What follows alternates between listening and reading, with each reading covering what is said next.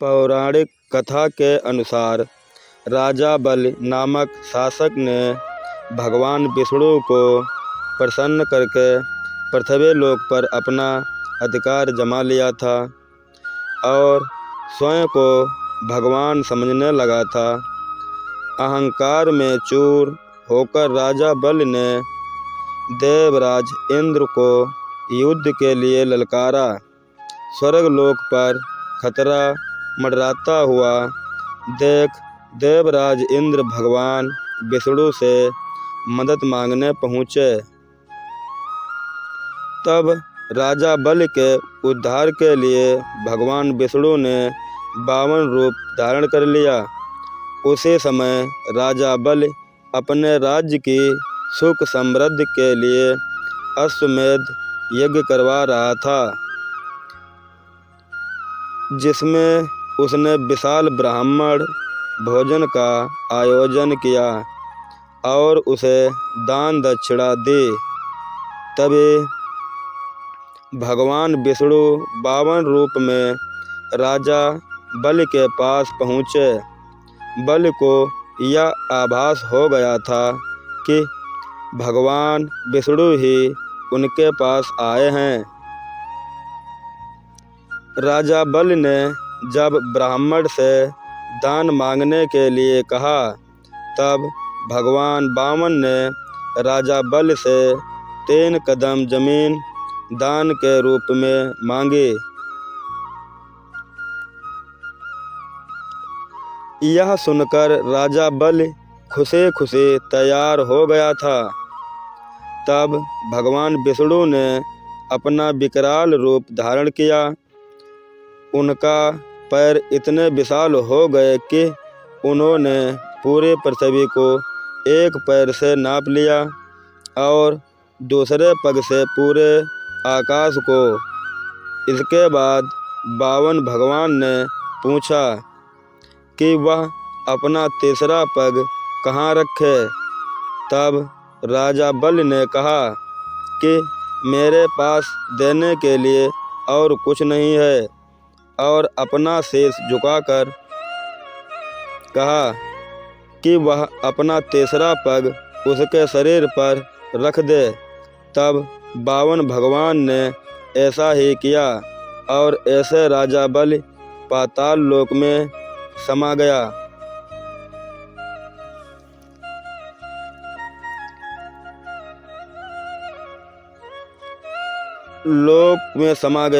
पौराणिक कथा के अनुसार जब भगवान विष्णु ने अपना दूसरा पैर आकाश की ओर उठाया था, तब ब्रह्मा जी ने उनके पैर धोए थे और उस जल को कमंडल में भर लिया था।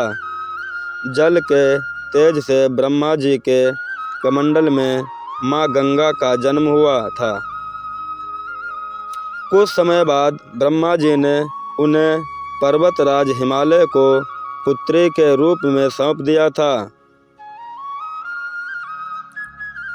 एक कथा यह भी प्रचलित है कि जब भगवान वामन ने अपना एक पैर आकाश की ओर उठाया था, तब उनके चोट से आकाश में छेद हो गया था।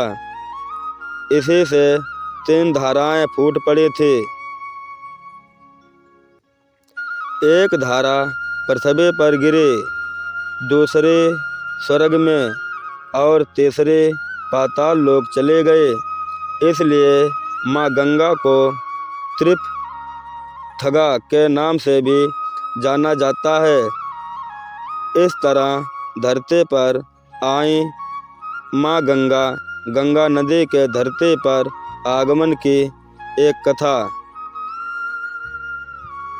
यह प्रचलित है कि प्राचीन काल में सगर नामक प्रतापी राजा हुआ करता था, जिसने अपने साम्राज्य के विस्तार के लिए अश्वमेध यज्ञ का आयोजन किया और यज्ञ के दौरान घोड़ा छोड़ दिया।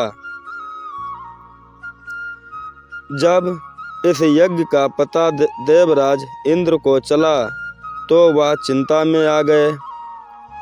उन्हें यह चिंता थी कि अगर अश्वमेध का घोड़ा स्वर्ग से गुजर जाता है तो राजा सगर स्वर्गलोक पर भी अपना साम्राज्य स्थापित कर लेंगे। पौराणिक काल में अश्वमेध यज्ञ के दौरान छोड़ा गया घोड़ा जिस राज्य से गुजरा था वह राज्य राजा का हो जाता था। इसलिए स्वर्गलोक गंवाने के भय के कारण इंद्र ने अपना वेश बदलकर राजा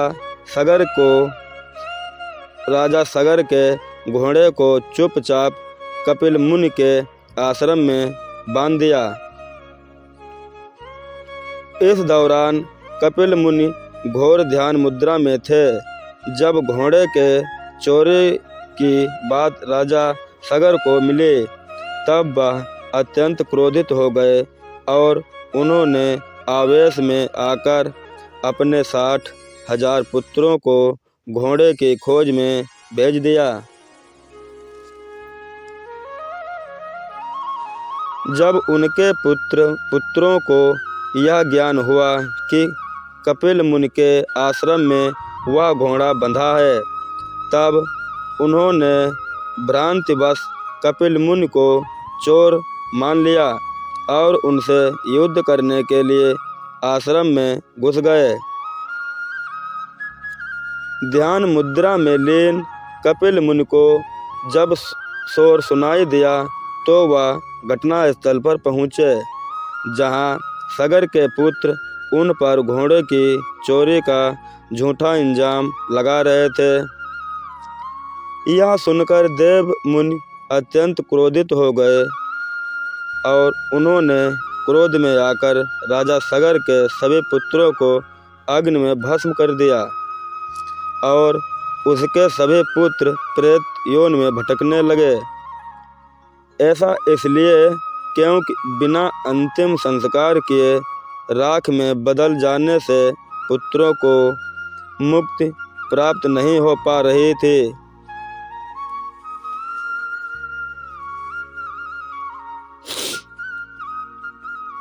राजा सगर के कुल में जन्मे राजा भागीरथ ने अपने पूर्वजों की आत्मा की शांति के लिए भगवान विष्णु की कठोर तपस्या की। तपस्या से प्रसन्न होकर जब भगवान विष्णु ने भागीरथ को दर्शन दिया तो उन्होंने वरदान मांगने के लिए कहा। भागीरथ ने पूर्वजों की आत्मा की शांति के लिए माँ गंगा को धरती पर लाने की प्रार्थना की। माँ गंगा मृत्युलोक में आने के लिए तैयार नहीं थीं, लेकिन उन्होंने एक युक्ति सोची और यह शर्त रखी कि अति तीव्र वेग से धरती पर उतरेंगी और रास्ते में आने वाले सभी चीज़ों को बहा देंगी। गंगा की शर्त से भगवान विष्णु भी चिंता में आ गए और भोलेनाथ से इसका हल निकालने के लिए कहा। तब भगवान विष्णु ने कहा कि वह गंगा को अपनी जटाओं में समाहित कर लेंगे जिससे धरती पर विनाश नहीं होगा। इसके बाद भगवान शंकर ने गंगा को अपनी जटाओं में समाहित किया और इस तरह गंगा नदी धरती पर प्रकट हो गई।